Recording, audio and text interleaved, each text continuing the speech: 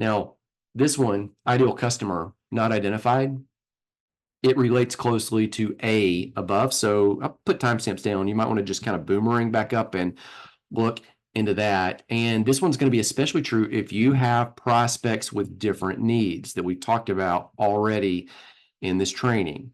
Okay, so let me remind you. Amplify serves writers, coaches, speakers. We serve church leaders, we serve business leaders, we serve nonprofit executives, content creators, online marketers. We've literally had all these people that fit into all of these for one-to-one contract clients just in the last year. Now, 75 to 80% of the content and coaching that they need, all those people, it's the same, but it's got to be presented in a different way. So let me show it to you. If you're a church leader, you need a website that tells people how to take action and come in closer to you and join the mission of what you're doing so that you can lead them on a life transformation path that helps them find and fulfill the reason they're here. You're walking them away from past pain into their potential. If you're a coach, you're absolutely doing the exact same thing.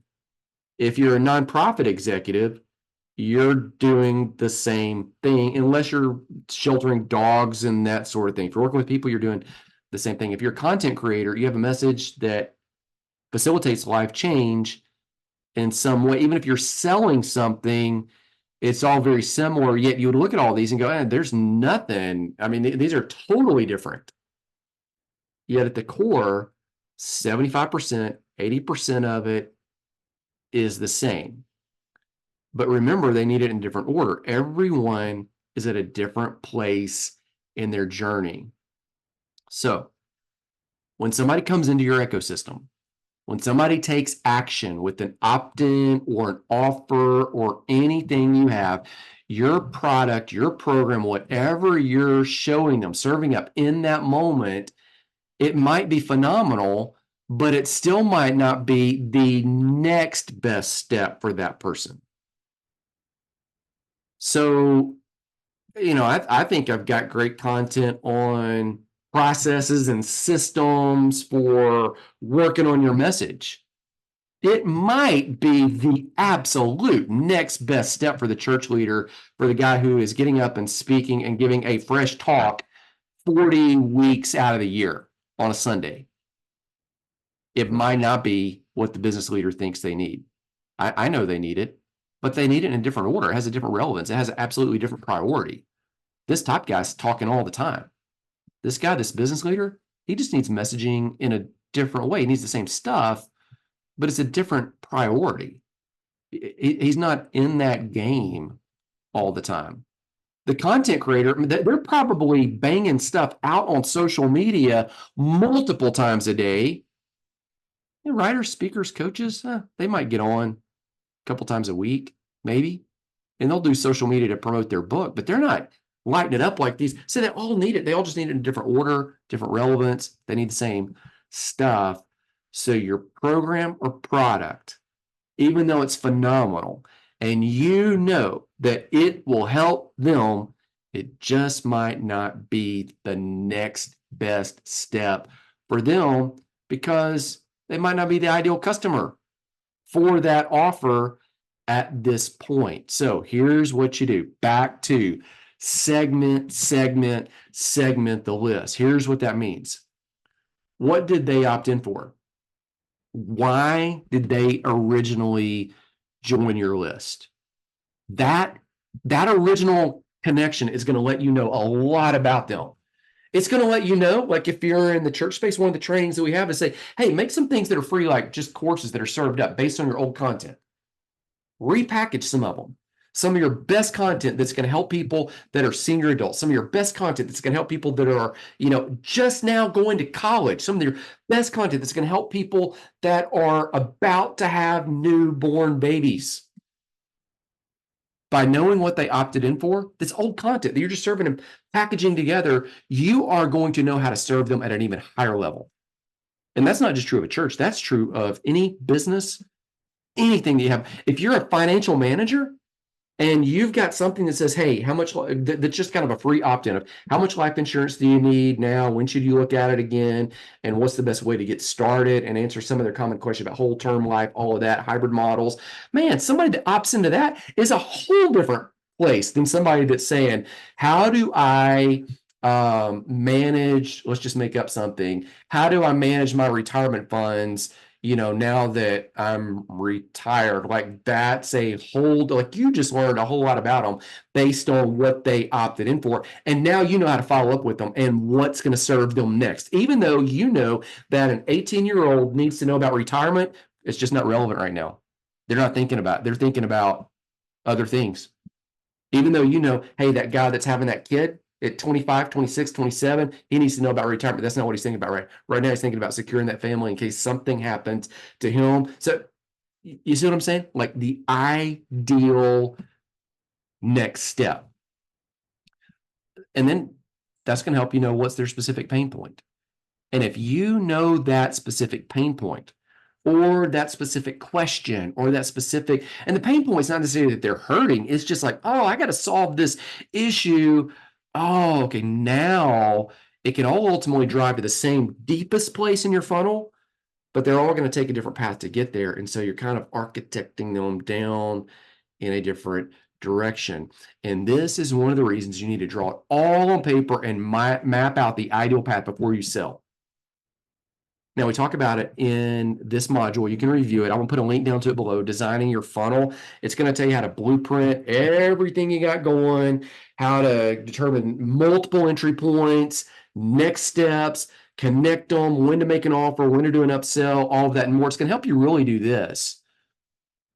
Highlight, if I've got a blog or a podcast or social media and people kind of come into my ecosystem, how do I connect if I've got multiple books? From what do I send them from this book? What's the next step? Or if I've got a course, where do they go from this course? Or if I'm going from this course, that member, like, where do I send them? Like, what's the flow? And so you really just have to map it out. Let me show you what I mean. This is my wall in my office. If you've ever been on a Zoom call with me and you see in the background, you see all these cards, or you see the color, you go, what is that? That's what this is. Let me show you. So if you see the blue here, those are courses and books and opt-ins about grace. And you notice they all have a next best step. It doesn't connect anything over here to this. Purple is freedom. The green is purpose. The pink here is empowerment. Notice it's all just kind of driving people down. So let me just kind of circle this one right here. You can kind of see it while you're watching on the screen. That's a free opt-in. If they choose to opt into it, it's presented as a free offer. It sends them this email sequence, and then at some point it sends them this follow-up sequence. Look, if they bought a low ticket offer, it's to the same follow-up sequence. That ultimately sends them to this course right here. If they buy it, it sends them a follow-up sequence. Now notice over here, the grace. So if they buy this book, it sends them these sequences. And then ultimately, after that sequence, this little card tells me, oh, we're going to sling them from here over to here, to this other, to the green section, and that's going to drive them down deeper. And if they take advantage of that, yes, onboarding sequence. If they say no, it's going to send them in a different direction. So what I've done here, and I'm still experimenting with it, is just kind of going, all right, what's the next best step for each person? Look in the middle right there, gap. That's what it says. That means, hey, I don't have a next best step right here. I got to figure it out. If you look over on the right, there's a tag right there kind of sticking up at the window. It says, hey, if they hit this, we're going to send them an offer to this book way over here based on a certain action that they took.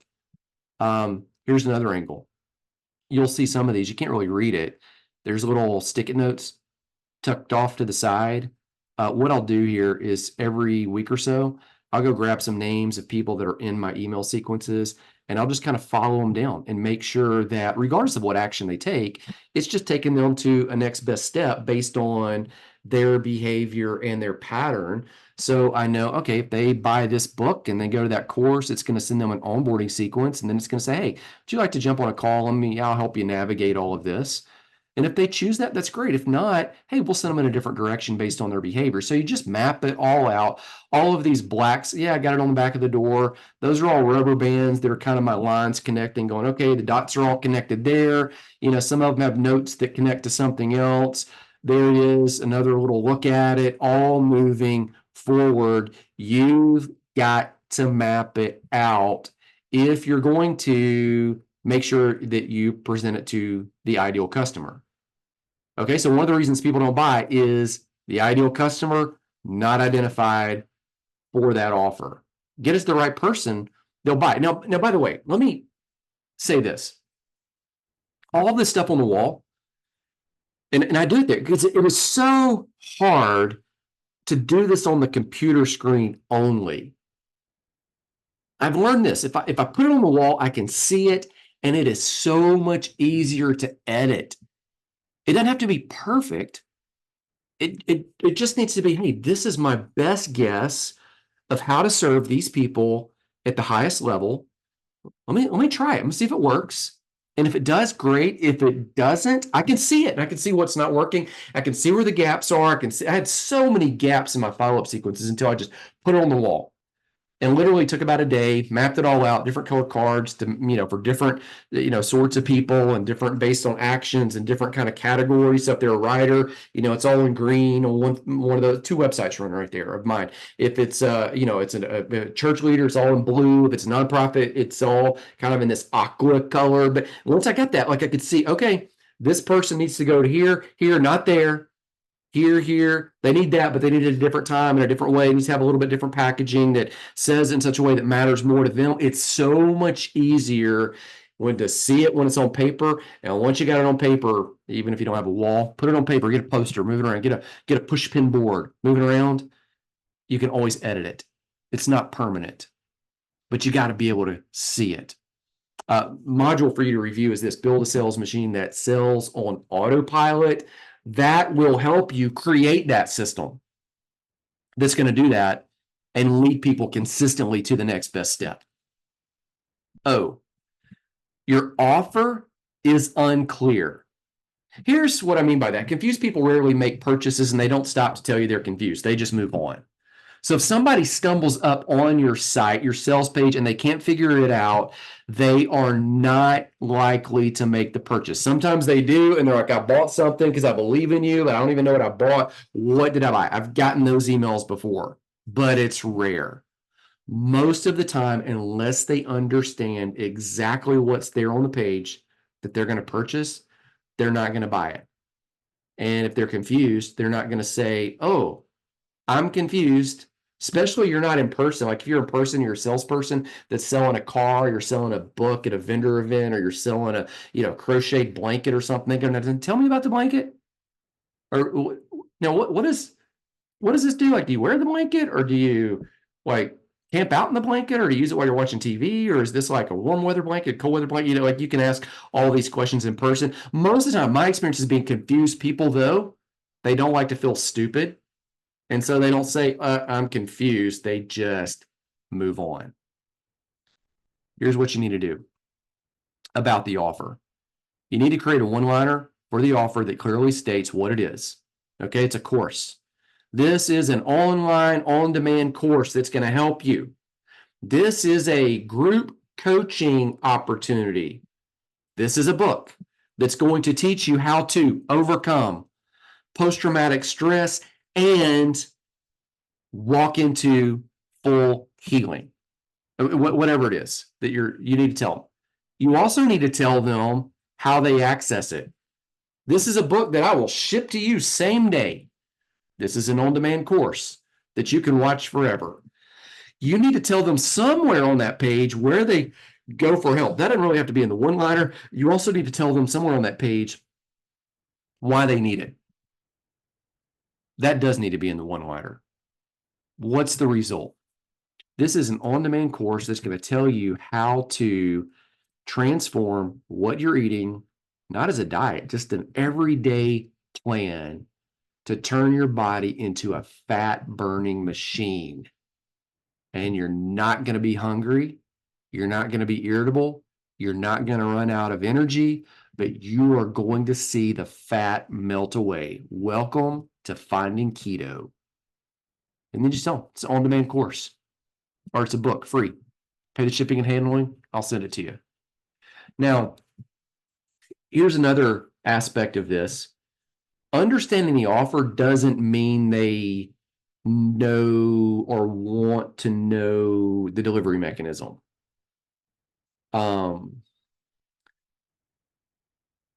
It doesn't mean that that's the only thing.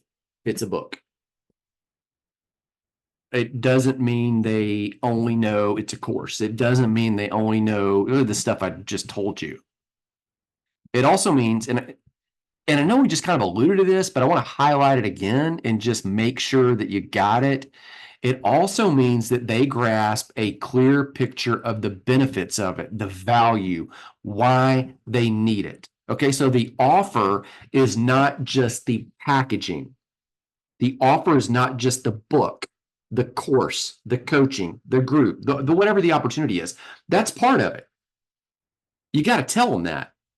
But you got to make sure they grasp why they need it, the benefits, the value.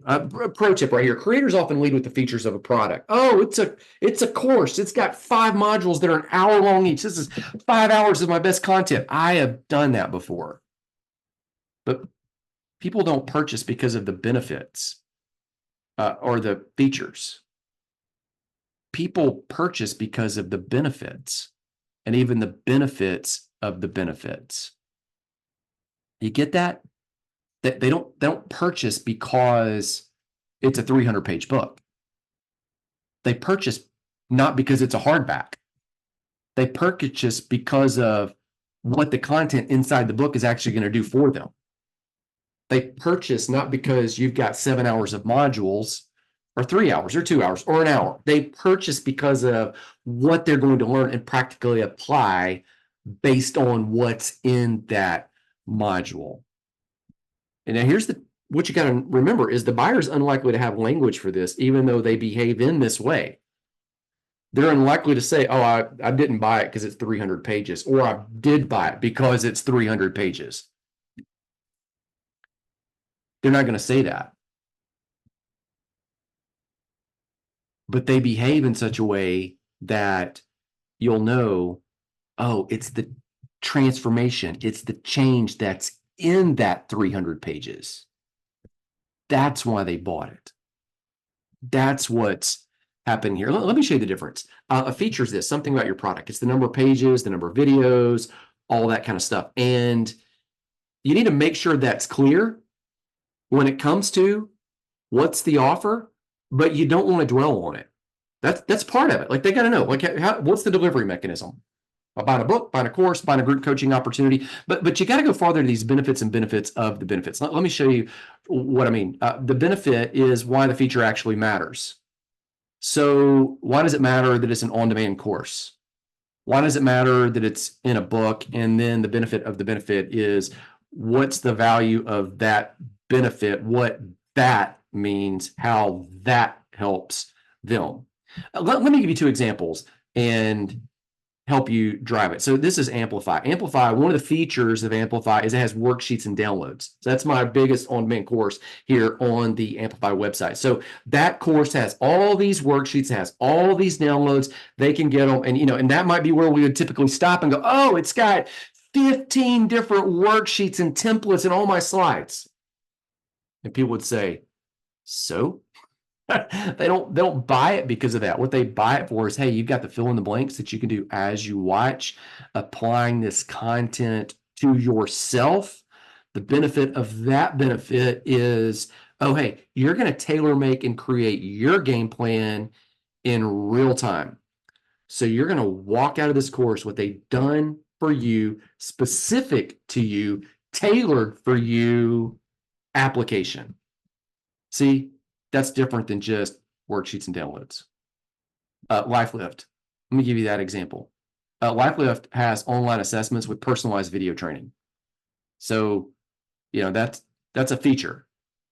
When people watch it, they go and they can take these assessments about their personality skills, about how they're uniquely created, and it's going to unlock videos specifically based on their answer. They can go watch all the videos they want, but it's going to unlock specific ones for them and say, hey, your personality is this. And let me tell you what that superpower means. Okay, well, you sell that. That's a feature. The benefit is specific feedback based on their answers.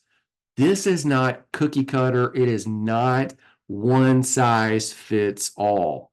One size where we start, but then we start drilling down unique to you. The benefit of the benefit is, hey, there's no canned responses. So this is going to apply uniquely to you. It's going to affirm some things, and it's going to push you a little bit. Then you're going to move forward into your unique purpose, not the same purpose for everybody else. Here's some examples of benefits, just to help you kind of start thinking. Okay, what does that mean? So you got the feature. What does it do? That feature is going to accelerate the results or knowledge. It's going to generate revenue for them. It might solve a specific problem that you've already listed on the webpage. It might alleviate some of the workload they have. It might be personal attention to their specific questions. Somehow it is not the feature. It's why does the feature matter? And then take that even farther and go, why does that matter? Okay, that's what they need to know about the offer. So when it comes to the offer, two things. What's the delivery mechanism? And then what's it going to do that makes a difference? Okay, so let's just add that in. When it comes to the offer, when it comes to the offer, what's the delivery mechanism? And what's it, meaning the product or the info inside, going to do that makes a difference? That right there, that's a good sentence. All right. That is what you're selling. Here's a pro tip. Okay, remember, and this is the offer. The offer is not the delivery mechanism, even though they need to know the delivery mechanism. Your product, your program solves a problem and or leads people closer to their potential. This needs to be communicated clearly. All right, final reason people don't buy in: no belief in you. No belief in you. And you could just even say yet. So a lot of coaches, writers, speakers, teachers, et cetera, think they don't have credibility, and to some degree, they don't. But it doesn't take long to build it. So here are a few ways that you can actually create authority. Let me outline just a few of them. So school, you get degrees, you go to certain college, you go have a certain major, you learn certain things, you got, and I'll be honest, in certain areas, this absolutely matters. Some areas, it's not. If I go to the doctor today, I want somebody that's been to med school. But if I'm getting my car fixed, I don't want somebody that went to med school. I don't even care if the guy went to college. I want to know that he knows how to fix a car. So school, degrees, to some degree, that works depending on what you're doing. The story of your struggle and then your success is a way to create authority. Oh, hey, I've been right where you are, and here's what I plundered through. This was the struggle. This is what I felt. Now I am. Okay, so that's a way to do it. Way to create authority is to show results in others. Another way to create authority is to shepherd them through a light bulb moment, a breakthrough, help them see something. Let me come back to that light bulb moment. Right here, unless it's a doctoral thesis or unless you're going in for a psych exam, psychologists, and I believe in counselors, absolutely. But this is most of the time the least relevant is schools and degrees, which is odd because when you go to the About Us page, for most of us that are online, like the first thing on the About Us page is, I graduated from this college, and then I went to that grad school, and then I got this. And if you're a dentist or a doctor or a psychologist, psychiatrist, that absolutely matters. You need to show your credential. But for most of us, I've been to seminary. I've got a major in English, major in public administration, majored in political science. My degree is theology. Nobody cares. Like even if I go teach At a church, they don't care until we get into a further conversation and we're really talking about some stuff. And they're like, hey, did you go to school? Like, where'd you learn? And then we talk, but that's a much deeper, longer, later on, farther conversation. And it's usually like, oh, that's kind of where you started learning some of this. Yeah, okay, so that's it. Don't lead with that. One of the best ways to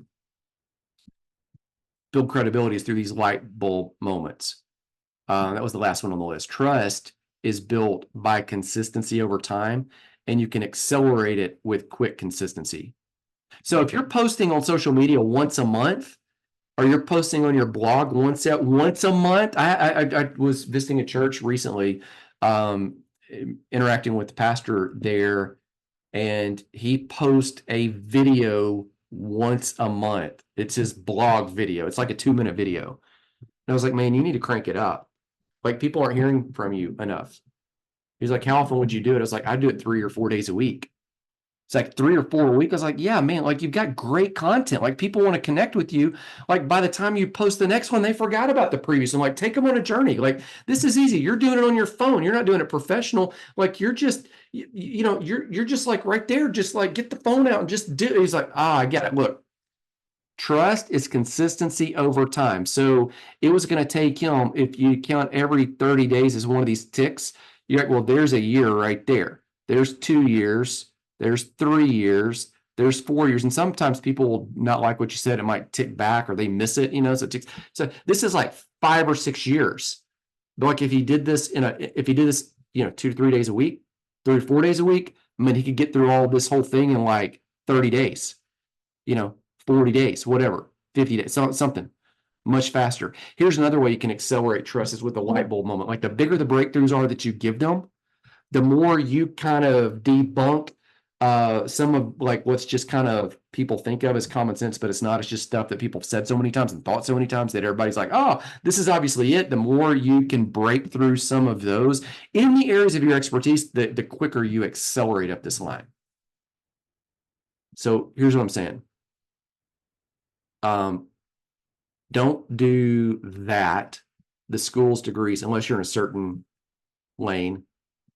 Go here. Story, struggle, success, show results in others, shepherd them through a breakthrough. If you shepherd them through that breakthrough, they'll see it. There's a connection. And then all of a sudden they have this belief in you. Remember, your resume is not the biggest builder of trust, which ironically is what many thought leaders prominently display. I see pastors, I see coaches, I see other leaders do it. Like, and it is the least relevant thing that people care about, except for, again, in certain industries. Here's other bad advice that they say, and this goes a long way towards your credibility and towards them believing in you. Some of the bad advice that I've heard is don't talk about their objections and don't talk about the quote elephant in the room. That's what we're getting at with all 6 of these, by the way, is the elephant in the room. But the more that you'll talk about them, and the more you'll say, hey, if you were in person and we were talking here, you might have some questions. Now, you're not here in person, but let me just kind of guess what some of those are. You probably have a question about, boom, you fill in the blank.